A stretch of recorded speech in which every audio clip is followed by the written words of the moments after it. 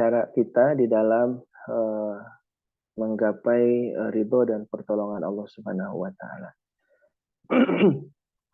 Bapak Ibu yang dirahmati Allah, mohon izin untuk sharing dengan Bapak Ibu sekalian menggantikan Ustadz Mulyadi Al-Fadil, dan salah satu yang kita akan bahas pada kesempatan kali ini adalah mengenai musibah. Maka kita akan membahas tentang bagaimana kita bisa eh, meraih hikmah dari eh, meraih hikmah di balik musibah, meraih hikmah di balik musibah. Bapak Ibu yang dirahmati Allah, sebagaimana kita ketahui hari ini kita sedang diuji oleh Allah Subhanahu wa taala, di mana saudara-saudara kita hari ini sedang diuji oleh Allah Subhanahu wa taala, khususnya di daerah Cianjur dan sekitarnya, dengan gempa berkekuatan 5,6 skala Richter ya. Dan kita tahu bersama bahwa gempa ini memberikan dampak yang sangat besar, bahkan terasa sampai ke Bandung dan juga di Jakarta. Data update terakhir nih saya ambil hari Rabu ya. Sebenarnya mungkin masih lebih dari ini datanya. Korban gempa itu sudah mencapai 271 ya, artinya 271 orang meninggal, kemudian juga luka-luka 2043 dan 40 hilang ya. Ini masih akan bertambah karena tim dari BNPB ya dan juga para NGO yang bergerak ke sana masih melakukan proses evakuasi dan juga untuk menolong korban-korban dari gempa Cianjur ini. Dan ini juga diikuti oleh musibah lainnya ya. Kemarin juga terjadi banjir katanya di sana. Dan laporan dari teman-teman di sana juga di beberapa lokasi itu mereka sangat membutuhkan bantuan kita, terutama bantuan makanan dan pakaian karena mereka kehilangan tempat tinggal mereka ya. Nah, ini dampaknya besar karena gempa ini terjadi di darat ya, kedalaman 10 km, sehingga lokasi-lokasi yang berdekatan dengan pusat gempa ini mengalami kondisi yang sangat parah ya. Ini sebagian dari foto-foto yang diambil oleh teman-teman yang bersama-sama untuk membantu korban di sana. Kemudian ini juga salah satu peristiwa, ada seorang anak yang 3 hari ya, alhamdulillah Allah Subhanahu wa taala selamatkan di antara puing-puing bangunan, dan tapi ibunya meninggal ya, kalau tidak salah ibunya meninggal, tapi anaknya masih ya diselamatkan oleh Allah Subhanahu wa taala.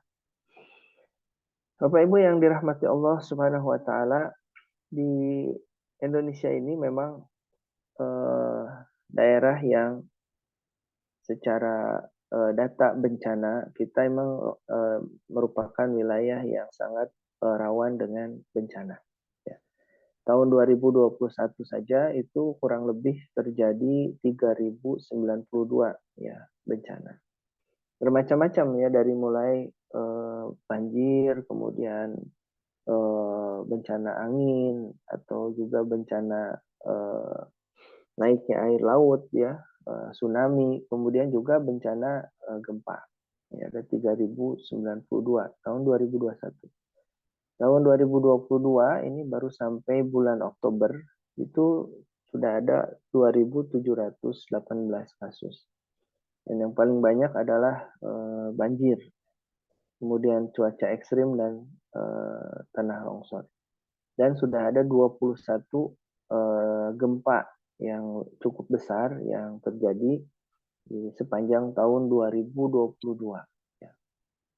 Ya, jadi Indonesia ini daerah yang katanya para ilmuwan itu adalah daerah rawan bencana. Ya. Tetapi Bapak Ibu yang dirahmati Allah Subhanahu Wa Taala, kita tidak cukup berhenti hanya sampai data dan fakta, ya. Karena sebagian di antara kita, ya, ada orang-orang yang kemudian fokusnya hanya pada data dan fakta, ya. Apalagi untuk saudara-saudara kita yang tinggal di daerah Lembang atau di daerah Bandung, itu mereka kemudian rame ya membicarakan juga tentang sesar Lembang. Ya, katanya, duh gimana nanti kalau bencananya merembet sampai ke sesar Lembang, ya. Karena sesar Lembang itu apa namanya panjangnya bahkan lebih lebih besar daripada lempengan yang ada di Cianjur itu, gitu ya. Kemudian juga menurut para ilmuwan di sesar Lembang itu eh, hasil penelitian mereka itu kurang lebih 670 tahun, ya. 15 abad ke-15 itu terjadinya gempa, dan 600 tahun kemudian diprediksi akan terjadi gempa, katanya gitu. Nah, sekarang sudah 500 sekian. Berarti sudah dekat Ustadz, katanya. Ini gimana? Kita harus bagaimana gitu ya. Ya. Eh, Sebagian berhenti kepada fakta dan data, ya. Kemudian menghubungkan bencana ini hanya sebatas fenomena alam, ya. Tidak salah, tetapi kita sebagai kaum muslimin, ya, tentu tidak boleh hanya berhenti sebatas data dan fakta, ya, atau berhenti hanya sebatas membicarakan ini sebagai sebuah fenomena alam, ya. Ya, kalau orang-orang kafir, orang-orang barat, itu mereka menganalisa sebatas data dan fakta saja, ya itu silahkan saja mereka, gitu ya. Tetapi kita sebagai kaum muslimin itu harus berbicara dalam lingkup yang lebih panjang, yaitu apa? Lingkup iman, ya. Maka pertanyaan yang paling mendasar itu adalah, Ustaz, mengapa sih akhir-akhir ini sering terjadi bencana alam, khususnya gempa, ya? Mengapa? Nah, pertanyaan ini bagi orang-orang yang sekuler, ya, orang-orang yang tidak mengenal agama atau orang-orang yang ingin memisahkan agama dari kehidupannya, ya mereka kemudian membuat subhat-subhat kepada kita, ya. Ya, sebelum saya jawab pertanyaan ini, kita juga harus memahami terlebih dahulu apa subhat-subhat yang sering muncul ketika terjadi bencana dan itu dihembuskan kepada pemikiran kaum muslimin, ya. Ada subhat-subhat pemikiran yang salah yang seringkali berkembang di saat terjadi bencana.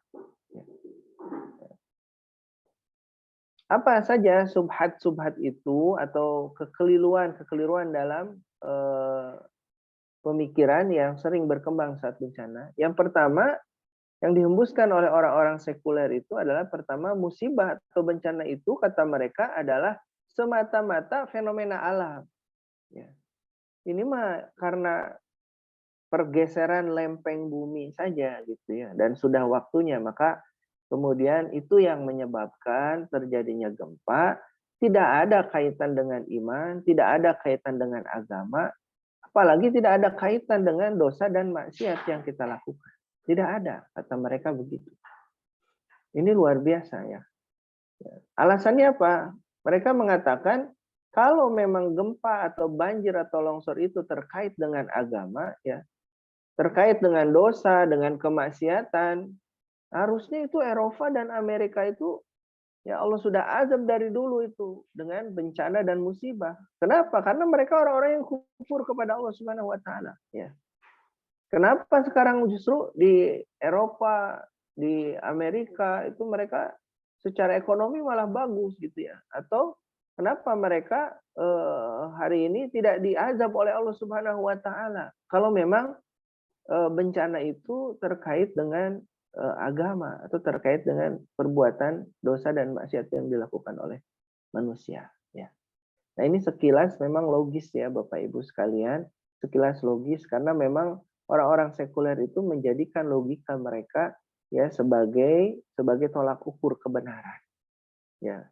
Bahkan mereka bisa mengatakan bahwa Al-Qur'an itu sudah tidak sesuai lagi, tidak relevan lagi ya dengan sebagian di antara syariat Allah ini dengan kondisi saat ini. Karena apa? Karena bertentangan menurut mereka dengan akal mereka. Masya Allah ya. Bapak Ibu yang dirahmati Allah Subhanahu wa taala, kita harus jawab ya subhat ini. Yang pertama, tidak setiap musibah ya. Yang pertama jelas kalau di dalam agama bahwa musibah itu terkait dengan eh, dosa dan maksiat yang kita lakukan, terkait dengan keimanan ya. Tidak bisa kita hanya membahas sebatas fenomena alam saja. Tetapi kita harus ketahui bahwa tidak semua musibah itu kemudian Allah Subhanahu wa taala segerakan di dunia ya. Jadi ada musibah-musibah, ada balasan atas dosa dan kemaksiatan yang Allah tunda nanti di akhirat nanti. Jadi kalau kita mengatakan tuh bagaimana dengan orang-orang kafir itu, ya Allah Subhanahu wa taala tunda azabnya gitu. Namanya istijroj ya, istijroj. Jadi tidak semua dosa dan maksiat itu kemudian dibalas dihukum di dunia ya.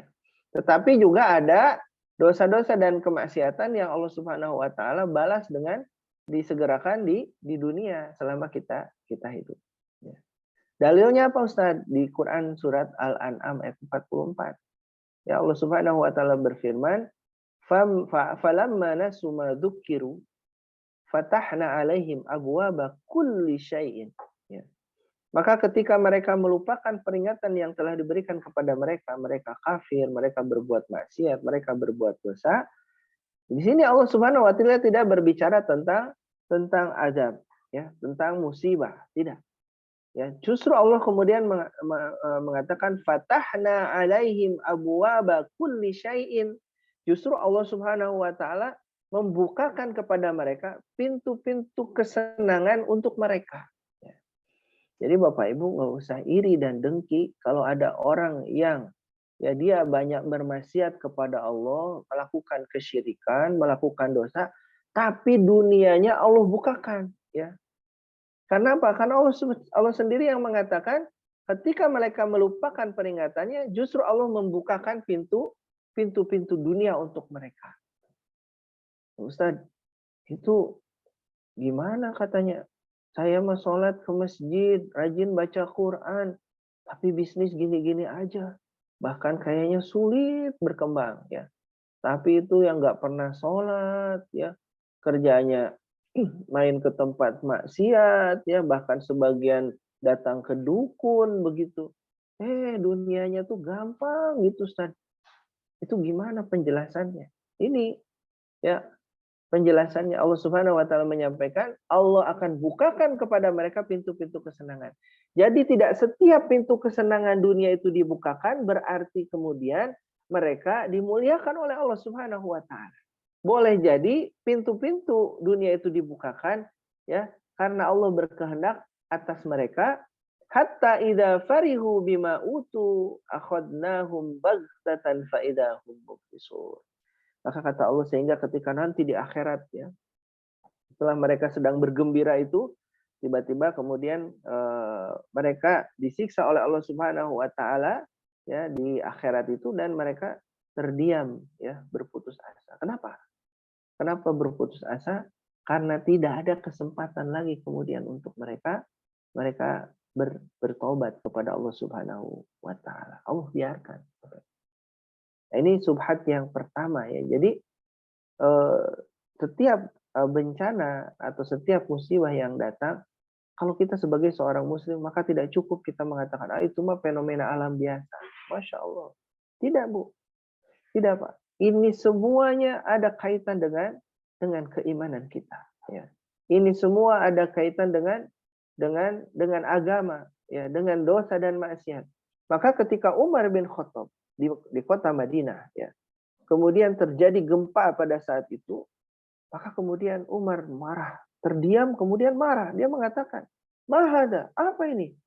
Kata Umar bin Khattab, ya, Apa yang telah kalian lakukan? Kemaksiatan apa yang telah kalian lakukan? Ya sampai kemudian musibah ini datang begitu cepat. Bahkan kata Umar bin Khattab, kalau terjadi satu kali lagi gempa seperti ini, maka kalian tidak akan melihat aku di kota Madinah ini. Masya Allah. Ya. Umar ketika terjadi gempa yang dipikirkan bukan fenomena alam. Ya. Bukan, ini apa ini? Lempeng apa ini yang bergerak? Ini dari mana pusat gempanya? Tidak. Umar bin Khattab kemudian mengatakan, kemaksiatan apa yang sudah kita lakukan? Sehingga Allah kemudian menurunkan musibah ini, menurunkan gempa ini. Bahkan Umar mengatakan, kalau kalian masih berbuat maksiat kepada Allah Subhanahu wa taala dan terjadi gempa sekali lagi, maka kalian tidak akan melihat aku di kota ini. Umar akan pergi dari kota Madinah. Pergi meninggalkan orang-orang yang kemudian banyak berbuat dosa dan banyak berbuat maksiat. Ya. Jadi gempa ini tidak terjadi ya semata-mata fenomena alam, tetapi pasti ya ini ada kaitan ya dengan dosa dan kesalahan maksiat yang dilakukan oleh manusia. Nah, ini membantah subhat yang pertama bahwa bencana itu hanya sekedar fenomena alam. Tidak demikian ya.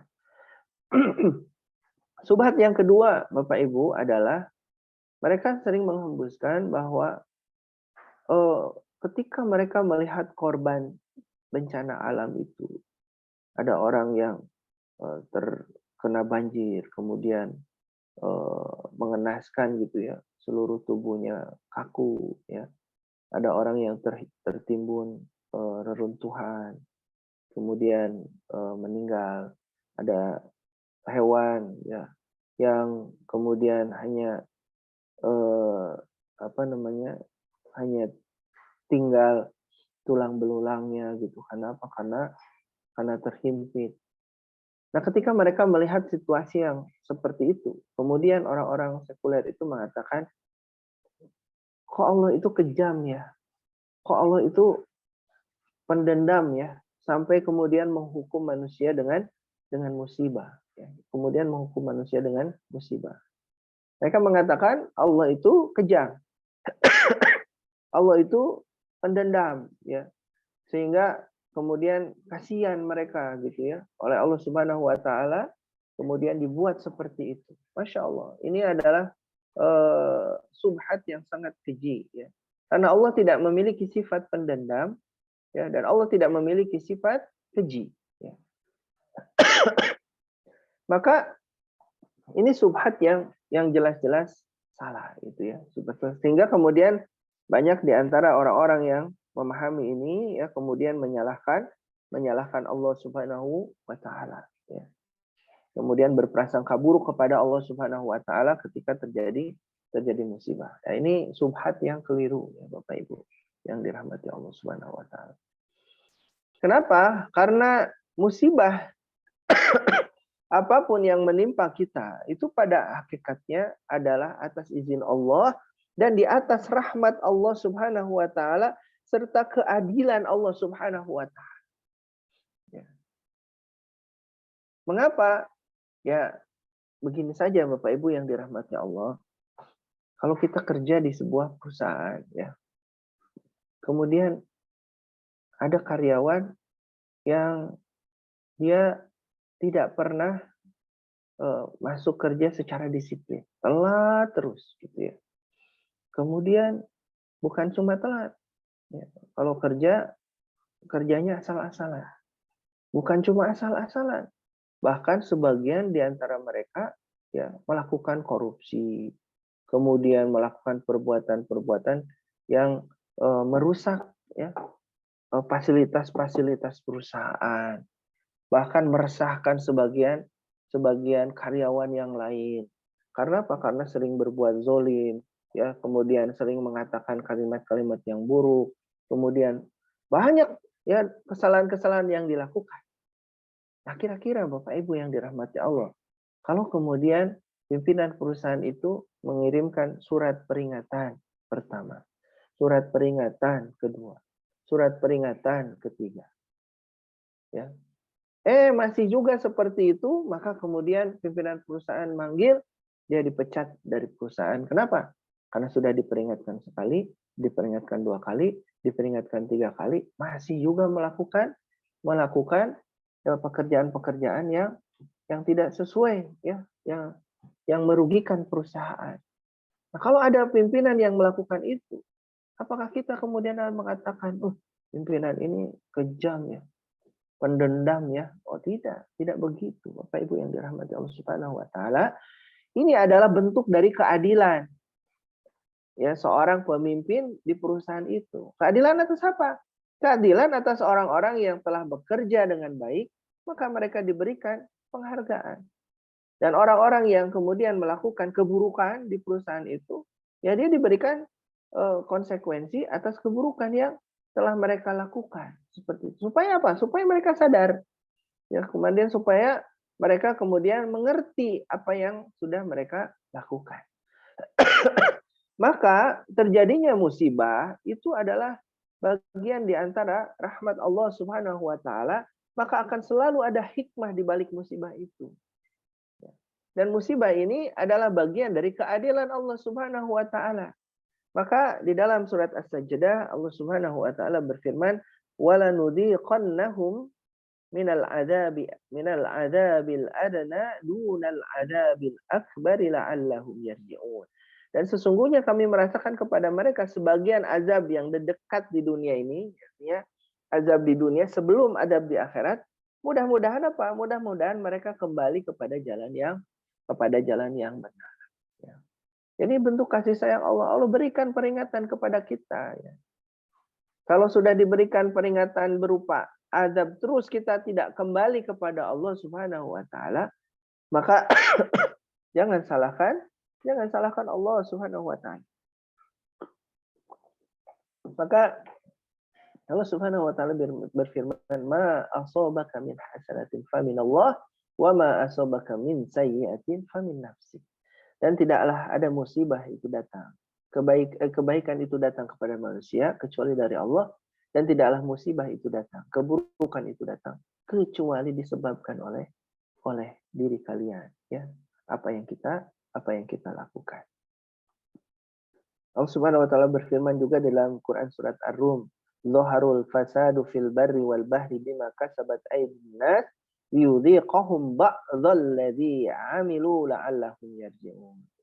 Telah nampak kerusakan di darat dan langit dan di laut disebabkan karena perbuatan tangan manusia, supaya Allah merasakan kepada mereka sebagian dari akibat perbuatan mereka agar mereka kembali kepada jalan yang benar.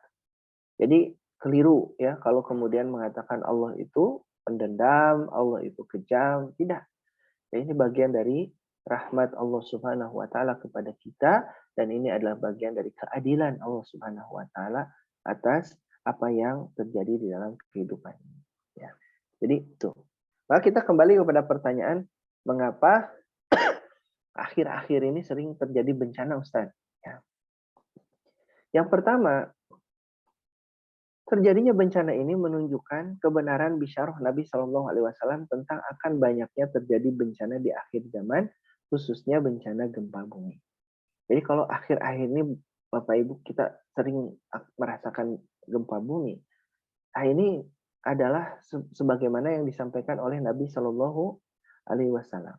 Kita tahu kita ini hidup ya di akhir zaman. Ya, Nabi SAW sudah memberikan bisyarah. Apa itu bisyarah, Ustaz? Bisyarah itu adalah kejadian, kabar gembira yang disampaikan oleh Nabi atas peristiwa-peristiwa yang akan terjadi di masa yang akan datang. Jadi salah satu ya kelebihan kita sebagai kaum muslimin adalah kita tuh diberikan kisi-kisi oleh Nabi SAW tentang apa yang akan terjadi di masa depan, gitu ya. Dan ini bisyarah ini hanya terjadi ya untuk kita ya umat Nabi Muhammad SAW. Kita tahu kita ini kata Nabi akan ada beberapa fase dalam kehidupan umat Islam ini, ada awal dan ada akhirnya. Fase yang pertama adalah fase di zaman Nabi Shallallahu Alaihi Wasallam, itu zaman Rasulullah ya, kurang lebih 63 tahun ya kalau, atau sejak dari Nabi diangkat menjadi Rasul itu 23 tahun lamanya. Maka kata Nabi Shallallahu Alaihi Wasallam kemudian summa takunu khilafatan ala min hajin nubuwah. Maka kemudian setelah itu kata Nabi akan ada zaman kekhilafahan di atas nubuahku ya, di atas jalanku. Itu kata Nabi, al khilafatu fi ummati salasuna sana, 30 tahun. Dan benar ya, 30 tahun masa kekhilafahan, di antaranya adalah khilafah Abu Bakar, Umar, Utsman, Ali, dan ditutup dengan Hasan bin Ali. Dan para ahli sejarah begitu menghitung dari mulai meninggalnya Nabi sampai kemudian diserahkannya kekuasaan oleh Hasan bin Ali itu tepat 30 tahun. Ya. Artinya bisyarah ini benar. Kemudian kata Nabi SAW, sumatakunu mulkan adon. Ya, kemudian akan datang masa kerajaan. Ya. Masa kerajaan tidak jelaskan waktunya, tetapi kemudian para ulama dan ahli sejarah mengatakan bahwa masa itu terjadi kurang lebih 1.300 tahun. Dari sejak kapan? Dari sejak zaman Muawiyah, kemudian Abbasiyah, dan terakhir adalah Bani Utsmaniyah, atau kekhalifahan Turki Utsmani. Ya, ini runtuh pada tanggal 13 Maret tahun 1924. Ya, 1924. Dan itu kurang lebih 1.300 tahun. Jadi ini berakhirnya ketika kerajaan Turki Utsmani runtuh oleh seorang sekuler yang bernama Mustafa Kemal Atatürk ya, yang kita kenal sebagai tokoh liberal dan sekuler yang membuat Turki menjadi negara yang liberal. Ya, hari ini Turki kemudian sudah sedang dalam proses perbaikan untuk meninggalkan paham sekuler dan liberal. Ya. Tapi di kita di Indonesia justru sedang marak ya liberalisme dan sekulerisme ini. Nah, kemudian summa takunu mulkan jabriyatan. Nah, setelah itu akan datang masa yang ketiga, yang keempat, yaitu namanya mulkan jabriyatan, yaitu pemimpin-pemimpin yang diktator. Dan ini masa yang sedang kita hadapi sekarang. Dari sejak runtuhnya Turki Utsmani ya tanggal 13 Maret 1924 sampai hari ini kita baru ya dikuasai oleh di mana umat Islam tidak lagi menjalankan syariat Allah Subhanahu wa taala. Ini baru 98 tahun dari tahun 1924 sampai 2022 ya. Makanya para ulama mengatakan ya sesuai dengan sabda Nabi Shallallahu alaihi wasallam fi kulli alfisana di setiap 100 tahun maka Allah Subhanahu wa taala akan menurunkan al-imamul mahdi. Para pemimpin di antara kalian yang diberikan petunjuk ya. Jadi akan dikirim orang-orang yang kemudian oleh Allah Subhanahu wa taala diutus untuk memberikan perubahan setiap 100 tahun. Jadi kalau sekarang baru 92 tahun ya. Analisa para ulama ini 2 tahun lagi ya 2024 maka akan terjadi perubahan. Ya wallahu a'lam bishawab. Ini hanya prediksi dan analisa para ulama berdasarkan hadis Nabi SAW setiap 100 tahun ya kemudian akan diutus orang-orang yang Allah Subhanahu wa taala berikan hidayah, pemimpin untuk melakukan perubahan. Nah, kita ada di zaman keempat. Dan kemudian Nabi SAW menyampaikan summa takunu khilafatan ala minhajin nubuwah. Nanti kata Nabi yang zaman nomor 2 ini akan kemudian berulang menjadi zaman kelima yang akan ada di hadapan kita, yaitu kita kembali akan dipimpin oleh al-khilafah ala minhajin nubuwah, oleh khilafah di atas manhaj kenabian. Ini hadisnya sahih Bapak Ibu ya. Sehingga kalau kemudian ada yang mengatakan atau menyampaikan tentang khilafah, maka sebenarnya itu adalah bagian dari ajaran agama. Jadi tidak perlu dimusuhi atau ditakuti. Yang takut dengan kekhilafahan atau khilafah itu adalah orang sekuler, orang-orang barat, orang-orang yang tidak beriman kepada Allah karena mereka tahu hadis ini ya, bahwa akan datang ke suatu saat zaman kekhilafahan akan muncul kembali. Oleh karena itu mereka berusaha meredam. Dengan apa? Dengan mendiskreditkan kata khilafah, mendiskreditkan kata khalifah. Ya. Padahal itu adalah bagian dari ajaran agama dan khalifah itu dulu berkuasa selama 1.330 tahun, lama. Sehingga mereka khawatir ini bangkit kembali, begitu ya. Jadi Bapak Ibu jangan kemudian terbawa oleh subhat yang disampaikan oleh orang liberal tentang khalifah. Nah, kalau kemudian ada perbedaan ya tentang bagaimana kekhalifahan itu yaitu adalah wilayah ilmu yang mungkin harus kita diskusikan. Nah, ini adalah zaman kelima yang nanti akan kita hadapi, di mana Nabi SAW menyampaikan eh, akan datang Al-Imamul Mahdi. Imam Mahdi akan menjadi pemimpin kaum muslimin di akhir zaman. Dan ciri ya sudah dekatnya akhir zaman itu, kata Nabi Shallallahu Alaihi Wasallam, la taqumus sa'ah hatta taksuraz zalazilu. Ya, tidak akan tiba hari kiamat sehingga kemudian banyak terjadi gempa bumi. Nah, ini ciri kalau kita sudah dekat pada akhir zaman ini. Ya, kata Nabi Shallallahu Alaihi Wasallam akan banyak terjadi gempa. Jadi ini kalau kita merujuk kepada dalil-dalil yang disampaikan oleh Nabi SAW, jadi bukan semata-mata fenomena alam. Kenapa? Karena fenomena alam ada yang menggerakkan. Siapa yang menggerakkan? Allah Subhanahu Wa Taala. Ya. Kalau semata-mata fenomena alam, harusnya ya sesar-sesar atau lempengan-lempengan itu yang lebih besar itu gempa lebih dulu gitu ya. Tapi Allah Subhanahu wa taala yang mengatur gitu. Semua digerakkan atas izin Allah Subhanahu wa taala. Ya sehingga dulu para sahabat Nabi ya Salamah bin Nufail As-Sakuni radhiyallahu anhu beliau berkata ya kunna julusan inda Rasulillah sallallahu alaihi wasallam. Kami pernah duduk-duduk nih bareng dengan Rasulullah sallallahu alaihi wasallam. Ya. Wa dzakarul hadits wa fihi. Kemudian Rasulullah menyampaikan hadisnya. Maka sebelum kiamat kata Nabi Shallallahu Alaihi Wasallam akan ada dua kematian yang sangat dahsyat. Ya Allah alam dua kematian apa?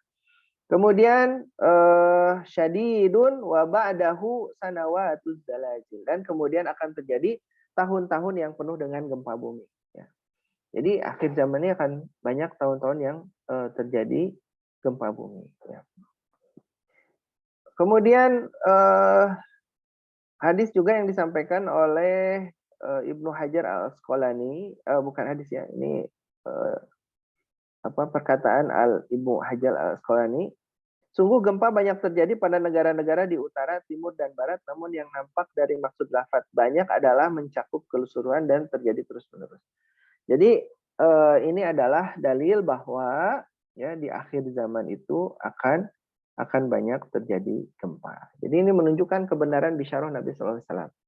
Yang kedua, musibah ya, atau bencana ini terjadi disebabkan oleh dosa-dosa yang dilakukan oleh manusia, khususnya gempa bumi ini sangat dikaitkan dengan dosa, ya dengan kemaksiatan. Dari mana Ustaz?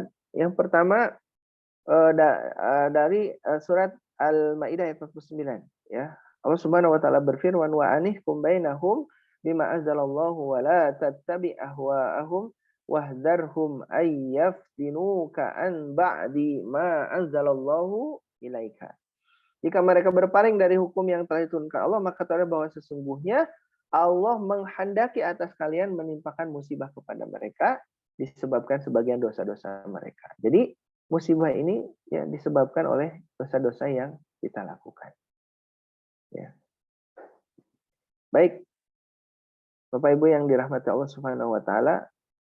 Yang ketiga, musibah ini diturunkan sebagai tanda dari kekuasaan Allah agar manusia lebih berhati-hati dan tidak merasa aman dari azab Allah Subhanahu wa taala. Jadi orang-orang yang beriman ketika ada musibah, maka dia tidak hanya melihat ini sebagai fenomena alam. Ya. Kalau orang takut dengan makhluk, maka dia menjauh dari makhluk. Kalau dia takutnya kepada Allah, maka dia akan mendekat kepada Allah Subhanahu wa taala. Maka orang-orang yang beriman menghubungkan musibah ini dengan keimanan mereka. Jadi ketika terjadi musibah, maka kita takut kepada Allah Subhanahu wa taala lebih takut daripada terhadap musibahnya itu sendiri. Jadi bagaimana Ustaz dengan sesar Lembang? Sesar Lembang itu di dalam genggaman Allah Subhanahu wa taala. Kalau Allah berkehendak, Allah akan gerakan. Kalau Allah tidak berkehendak, Allah akan tahan. Maka kita harus lebih takut kepada Allah Subhanahu wa taala daripada kepada fenomena alam sendiri. Ya. Itulah apa yang harus dilakukan oleh kita sebagai kaum muslimin. Jangan sampai kemudian kita takut berlebihan ya terhadap fenomena alam, tapi kita menjauh daripada Allah Subhanahu wa taala. Nah, ini yang keliru. Maka ada yang disebut azab, ada yang disebut musibah, ada yang disebut ujian. Apa ini bedanya Ustaz? Ya. Nah, musibah itu secara bahasa berasal dari kata asoba, artinya sesuatu yang menimpa kita. Ya, sedangkan eh, apa namanya? Secara bahasa artinya musibah itu merupakan kejadian yang datang atas ketentuan Allah dan tidak bisa kita tolak. Itu musibah, ya. Kejadian yang datang kepada kita tidak bisa kita tolak. Jadi secara umum musibah itu tidak selalu berupa bencana, ya. Apa yang datang kepada kita tidak bisa kita tolak itu adalah musibah. Tapi secara khusus musibah seringkali diidentikan dengan keburukan yang menimpa manusia yang disukai oleh jiwa kita. Nah, kata Imam Ar-Razi, musibah adalah sesuatu yang tidak disenangi oleh jiwa. Ini musibah, ya. Nah, musibah ini ada dua. Yang pertama dia bisa menjadi azab, yang kedua dia bisa menjadi ujian, ya. Kapan dia menjadi azab? Ya, ketika dia menimpa orang-orang yang kufur dan fasik kepada Allah, pelaku-pelaku dosa besar. Ya, maka dia menjadi azab, ya, termasuk gempa. Gempa ini adalah azab daripada Allah Subhanahu wa taala, ya.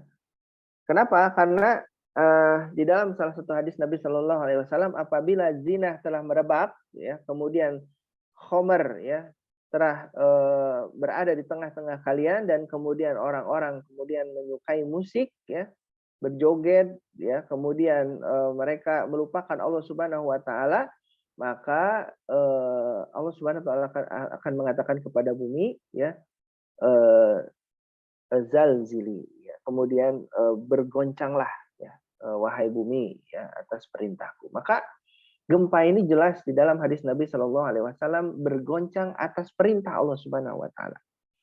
Ya.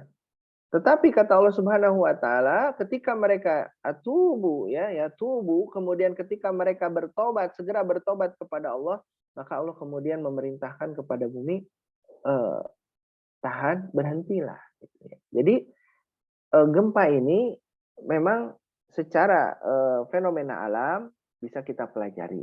Tetapi mereka bergerak atas perintah Allah, atas apa yang Allah Subhanahu wa taala izinkan. Semua dalam genggaman Allah. Maka azab diberikan kepada para pelaku dosa. Kalau dosa, kalau gempa itu sangat terkait dengan perzinahan, khomer, dan juga musik dan kesyirikan.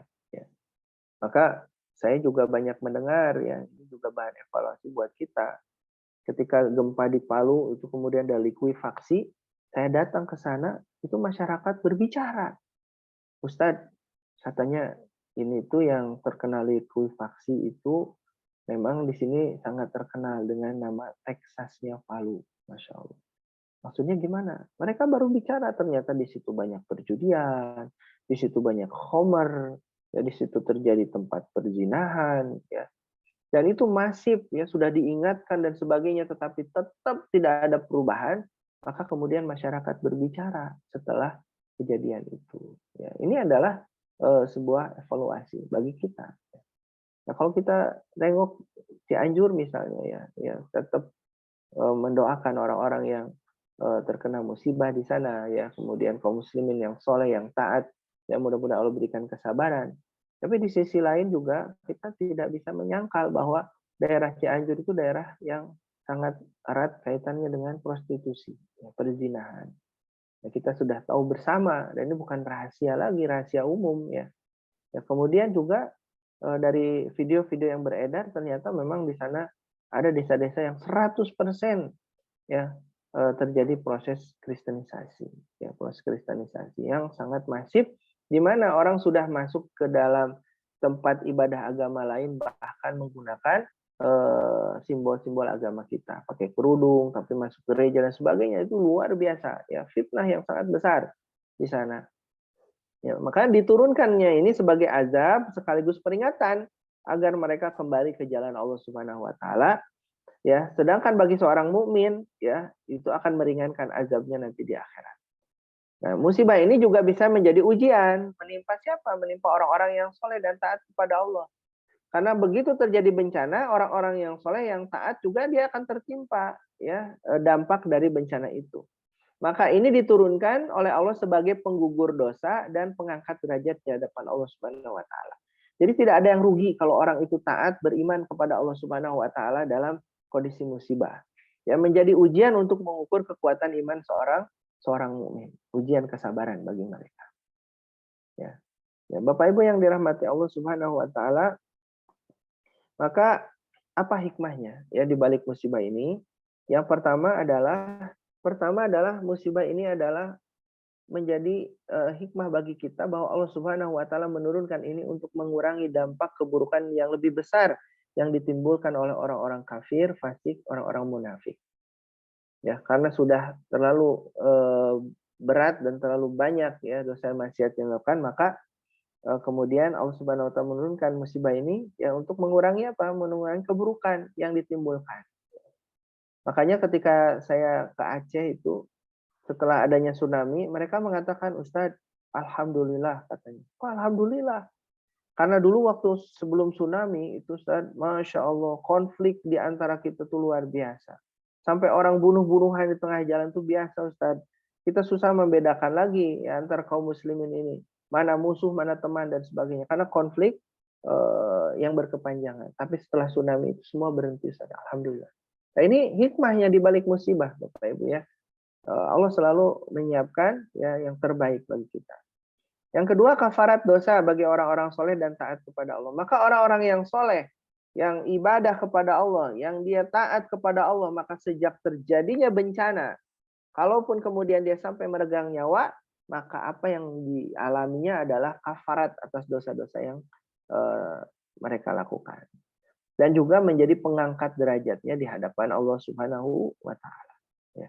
Jangankan dosa besar, tertusuk duri saja kalau kita sedang berjalan itu penggugur dosa, ya apalagi kemudian bencana. Kemudian hikmahnya ini adalah tanda-tanda kebesaran Allah sehingga manusia semakin takut kepada Allah Subhanahu wa taala. Kemudian ini menjadi sinyal peringatan agar apa? Agar kita bertobat kembali kepada jalannya Allah Subhanahu wa taala, dan ini menjadi ladang amal kebaikan bagi kita untuk saling membantu kesulitan saudara kita. Ya, dengan adanya musibah ada ladang amal bagi kita untuk apa? Untuk membantu. Maka ini luar biasa, datang ke saya banyak sekali WA ya solidaritas dari teman-teman kita yang bahkan pada hari H kejadian mereka ada yang sudah hadir di sana yang membantu, dan ini adalah salah satu bentuk kepedulian kita sebagai kaum muslimin. Ini hikmah yang ada di balik musibah ya. Maka ini yang disampaikan oleh Ummu Salamah ya, mendengar Rasulullah SAW bersabda, apabila perbuatan maksiat dilakukan secara terang-terangan pada umatku, ini jelas ya, maka Allah akan menimpakan azabnya, atau musibahnya, atau bencananya secara merata. Maksudnya merata, kaum muslimin yang soleh juga kena gitu ya. Ya karena sebagian kemudian Ummu Salamah bertanya, Rasulullah, bukankah di antara mereka itu ada orang soleh juga? Maka kata Rasulullah, bala, benar ya. Ummu Salamah kembali bertanya, lalu apa yang akan diterima oleh orang-orang ini? Maka kata Nabi Shallallahu Alaihi Wasallam, mereka akan mendapatkan azab sebagaimana yang dirasakan oleh yang lain, tetapi kemudian mereka akan menuju ampunan Allah dan keridhaan Allah Subhanahu wa taala. Jadi bagi orang yang beriman tidak ada yang rugi, tidak ada yang rugi. Nah, jadi bagaimana Ustadz cara mensikapi musibah? Yang pertama yang harus kita lakukan adalah ya kita harus menyiapkan diri sebelum terjadi musibah, apalagi di akhir zaman. Apa yang disiapkan? Siapkan iman, siapkan ilmu, siapkan amal. Ya, artinya kalau kita kondisinya siap, ya kapanpun musibah itu datang, maka tidak akan pernah ada kerugian yang datang kepada kita.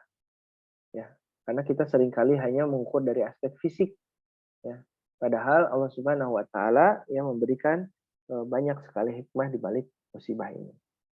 Jadi kita harus siap secara keimanan, siap secara keilmuan. Ya. Kemudian ikhlas dan ridho kalau sudah terjadi. Ya, kalau sudah terjadi musibah, ya ikhlas, kita ridho, terima ini sebagai takdir Allah Subhanahu Wa Taala. Ya, karena tidak ada satu kejadian, semua dalam genggaman Allah Subhanahu Wa Taala. Yang ketiga harus sabar, ya sabar menghadapi keburukan akibat musibah ini. Dan orang-orang yang sabar oleh Allah Subhanahu Wa Taala diberikan pahala yang berlipat ganda. Ya. Kemudian apa yang kita sikapi? Kita harus semakin takut kepada Allah dengan memperbanyak taubat kepada Allah Subhanahu wa taala karena kita paham musibah itu terjadi karena apa? Karena adanya dosa dan maksiat yang kita lakukan. Dan yang terakhir adalah kita bantu kesulitan orang-orang yang terkena musibah ini. Ya. Itulah Bapak Ibu yang dirahmati Allah, ya, cara-cara kita untuk mensikapi ya, setiap bencana musibah yang datang kepada kita. Dan tentu kita sebagai orang-orang yang eh, masih diberikan pertolongan oleh Allah Subhanahu wa taala tidak terdampak musibah, tentu kita punya kewajiban ya untuk membantu kesulitan saudara-saudara kita yang terkena musibah. Dan insya Allah juga Masjid At-Taqwa Cimahi Utara juga menghimpun ya melakukan penghimpunan dana untuk membantu saudara-saudara kita yang tertimpa musibah di Cianjur ini. Dan untuk Bapak Ibu yang ingin berkontribusi, insya Allah silahkan bisa mengirimkan bantuannya berupa infak, sedekah, atau berupa pakaian dan sebagainya. Silahkan makanan itu bisa melalui DKM Masjid At-Taqwa Cimahi Utara. Kalau di sini mungkin bisa bertanya kepada Sono atau bisa ke Pak Hero ya di Masjid At-Taqwa Cimahi Utara. Mudah-mudahan ini jadi ladang amal bagi kita. Kalau kita tidak bisa membantu ya dengan secara fisik, minimal kita membantu secara harta ya, secara pendanaan karena mereka juga sangat membutuhkan, bahkan sebagian jalan juga aksesnya terhambat ya karena dampak dari gempa ini, dan juga sebagian kehilangan tempat tinggal, sebagian besar ya kehilangan tempat tinggal, juga kehilangan kekurangan bahan makanan. Dan yang lebih kita khawatirkan sebenarnya ada musibah yang lebih besar, yaitu ketika para misionaris juga memanfaatkan ya momentum ini untuk mereka memurtadkan kaum muslimin, karena saya lihat di beberapa video juga sudah ada tenda-tenda yang dibuat oleh para misionaris ya, tenda-tenda yang dibuat para misionaris yang menampung ya para korban gempa ini, dan tentu mereka punya tujuan dan punya maksud untuk apa? Untuk memurtadkan kaum muslimin. Dan kita tahu Cianjur juga salah satu tempat kristenisasi yang sangat mengkhawatirkan gitu ya di sana itu ya. Oleh karena itu mudah-mudahan ini menjadi ladang amal bagi kita untuk ikut membantu saudara-saudara kita yang terdampak bencana di Cianjur. Baik, itu saja Bapak Ibu yang bisa saya sampaikan. Barangkali ada yang akan sharing atau bertanya, saya buka kesempatan, dipersilakan.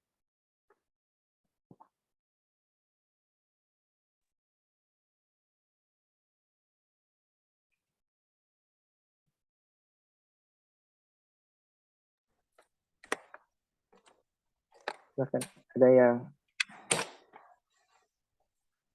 ingin menyampaikan sharing atau bertanya, silakan.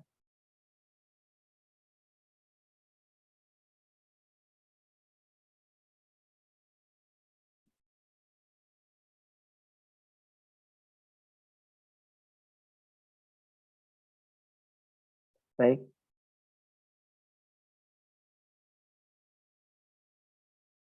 kalau tidak ada cukup barangkali ya.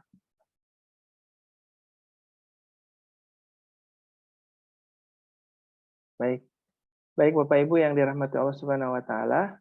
Kalau tidak ada pertanyaan, barangkali ini sharing dari saya. Dan di akhir kajian ini mari kita berdoa kepada Allah Subhanahu Wa Taala untuk para korban bencana ini, dan mudah-mudahan Allah Subhanahu Wa Taala memberikan kesabaran ya bagi mereka.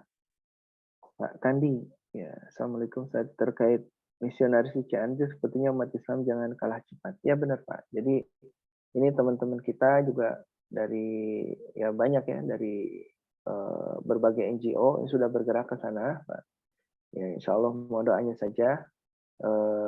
Tentu tidak semua bagi-bagi tugas kita Pak ya. Ada yang berjuang dengan hartanya, ada yang berjuang dengan fisiknya. Teman-teman kita yang hari H sudah di sana, Pak, hari H sudah di sana, termasuk dari eh, Darut Tauhid Peduli yang saya dekat sekali. Kemudian juga ada teman-teman dari apa kalau yang biasa kerjasama itu di explore ya, yang tanggap bencana itu juga ke sana. Majelis-majelis salim juga menghimpun dana. Kalau di At-Taqwa ada Usyakul Jannah juga membuka donasi. Masjid At-Taqwa juga membuka donasi, nanti disalurkan melalui teman-teman kita yang sudah di sana. Ya mohon doanya dari kita semuanya. Mudah-mudahan kita tidak kita menjadi bagian dari solusi, ya, bukan menambah masalah yang sudah ada di tengah-tengah kita. Dan mudah-mudahan kita terhindar dari masalah yang lebih besar, musibah yang lebih besar. Apa? Musibah iman. Itu kehilangan iman saudara-saudara kita yang lain. Karena apa? Karena kelalaian kita di dalam membantu mereka. Ya, oleh karena itu mari kita berdoa kepada Allah Subhanahu wa taala, mudah-mudahan Allah menjaga diri kita dan keluarga kita dari musibah, dari bencana, dari bala, ya, dan mudah-mudahan Allah melindungi kaum muslimin dari musibah yang lebih besar, itu musibah iman. Inna Allaha wa malaikatahu yusalluna 'alan nabi ya ayyuhalladzina amanu sallu 'alaihi wa sallimu taslima. Allahumma fir lil muslimina wal muslimat wal mu'minina wal mu'minat الأحياء منهم والأموات إنك سميع قريب مجيب دعوة ويا قاضي الحاجة ربنا ظلمنا أنفسنا وإن لم تغفر لنا وترحمنا لنكونن من الخاسرين. Ya Allah, ampuni dosa dan kesalahan kami. Ampuni dosa dan kesalahan saudara-saudara kami, ya Allah. Ampuni dan dosa dan kesalahan kaum muslimin, ya Rabbana. Ampuni dosa dan kesalahan kami kepadamu, ya Allah. Dosa dan kesalahan yang kami sadari maupun yang tidak kami sadari, ya Allah. Dosa dan kesalahan yang telah lampau maupun dosa yang kesalahan yang saat ini kami lakukan, ya Allah. Ya Rabbana, saat ini saudara-saudara kami sedang ditimpa musibah, ya Allah. Engkau berikan ujian. Berikan kesabaran, ya Rabbana, atas orang-orang yang tertimpa musibah ini, ya Allah. Ya Allah, selamatkan kaum muslimin dari musibah yang lebih besar, musibah iman, ya Allah. Kuatkan keimanan kami, ya Allah. Jadikan musibah ini menjadikan kami lebih dekat, lebih taat, lebih takut kepadamu, ya Allah. Ya Allah, jauhkan kami dari bala dan musibah yang lebih besar, ya Allah. Jauhkan kami dari fitnah akhir zaman ini, ya Allah. Jauhkan kami dari segala perkara yang bisa merusak dan menghancurkan kehidupan dunia dan akhirat kami, ya Allah. Ya Rabbana, jadikan musibah ini menjadi jalan kami kembali kepadamu, ya Allah. Jadikan musibah ini menjadi jalan kami lebih dekat kepadamu, ya Allah. Jadikan musibah ini menjadi jalan kami lebih taat, lebih takut kepadamu, ya Allah. Ya Allah, ampuni andai kami menjadi salah satu sebab terjadinya musibah ini, ya Allah. Andai dosa dan kesalahan kami menjadi salah satu sebab Engkau turunkan azab dan musibah ini, ya Allah.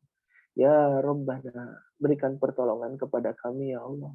Berikan pertolongan kepada kami, ya Allah. Jauhkan kami dari segala perkara yang bisa merusak kehidupan keluarga kami, ya Rabbana. Ya Allah, ya Allah, ya Rabbana. Jadikan kami, berikan balasan kepada orang-orang yang telah menjadi jalan kebaikan atas saudara-saudara kami, ya Allah. Mudahkan kami untuk bisa membantu saudara-saudara kami yang ada dalam kesulitan, ya Allah. Mudahkan kami, berikan kemampuan kepada kami menjadi jalan kebaikan atas kesulitan yang sedang menimpa saudara-saudara kami. Rabbana taqabbal minna innaka antas samiul alim wa tub alaina innaka antat tawwabur rahim. ربنا آتنا في الدنيا حسنة وفي الآخرة حسنة وقنا عذاب النار وادخلنا الجنة مع الأبرار ya Aziz ya Ghaffar ya Rabbal Alamin. Ya Allah, terima siapapun yang menjadi korban, terima ibadah mereka, terima siapapun yang Engkau cabut nyawanya dan Engkau kembalikan kepadamu, ya Allah, atas musibah ini. Berikan kepada mereka tempat yang lapang, tempat yang terbaik. Ampuni dosa-dosanya, lapangkan kuburnya, dan berikan mereka ada di atas rahmat dan hidayahmu. Rabbana atina fid dunya hasanah wa fil akhirati hasanah wa qina adzabannar. Walhamdulillahi rabbil alamin. Alhamdulillah ya Allah. Bapak Ibu yang dirahmati Allah, demikian yang bisa saya sampaikan. Mudah-mudahan ada hikmah dan manfaatnya. Dan saya mohon maaf kalau ada hal yang kurang berkenan. Mudah-mudahan Allah menjaga kita dari bala dan musibah. Aku qouli hadza wa astaghfirullah li wa lakum. Kita tutup dengan membaca hamdalah dan doa kifaratul majlis. Alhamdulillahirabbil alamin. Subhanaka Allahumma wa bihamdika asyhadu an la ilaha illa anta astaghfiruka wa atubu ilaik. Assalamualaikum warahmatullahi wabarakatuh. Waalaikumsalam. Turun Bapak Ibu sekalian. Ustaz. Kami izin live. Turun.